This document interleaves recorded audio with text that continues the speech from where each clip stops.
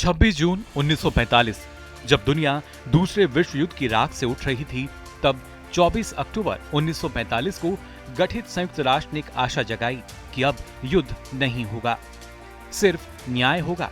छोटे और बड़े देश सम्मान के साथ अपना विकास कर सकेंगे। लेकिन आज 80 साल बाद ना युद्ध रुका, ना न्याय मिला। संयुक्त राष्ट्र महासभा के मंच से 2019 में मोदी की आवाज गूंजी। संयुक्त राष्ट्र सुरक्षा परिषद को 1945 की नहीं, आज की दुनिया का आईना होना चाहिए।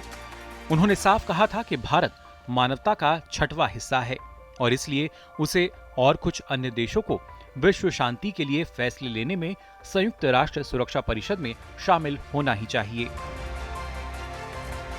2023 की G20 अध्यक्षता के माध्यम से प्रधानमंत्री नरेंद्र मोदी ने दुनिया को टकराव की बजाय सहयोग की भूमि अपनाने की सलाह दी। एक पृथ्वी, एक परिवार, एक भविष्य। G20 के इसी दिल्ली शिखर सम्मेलन ने एक नया इतिहास लिखा। अफ्रीकन यूनियन को स्थायी सदस्यता देकर Prime Minister Modi ji has been instrumental and has been a strong advocate for multilateral transformation of key governance institutions globally. Not only has he spoken about it, advocated for it, but when he had the lead of the G20, it was under India's presidency and the chairmanship of Prime Minister Modi ji that Africa became a voice and a member of the G20. Bharat आज वैश्विक अर्थव्यवस्था की धड़कन है, दुनिया का सबसे बड़ा लोकतंत्र और दुनिया की सबसे बड़ी जनसंख्या है। आज भारत दुनिया की चौथी सबसे बड़ी अर्थव्यवस्था है और जल्द ही तीसरी सबसे बड़ी अर्थव्यवस्था बन जाएगा। लेकिन भारत की आर्थिक ताकत IMF और विश्व बैंक की निर्णय प्रक्रिया में प्रतिबिंबित नहीं होती।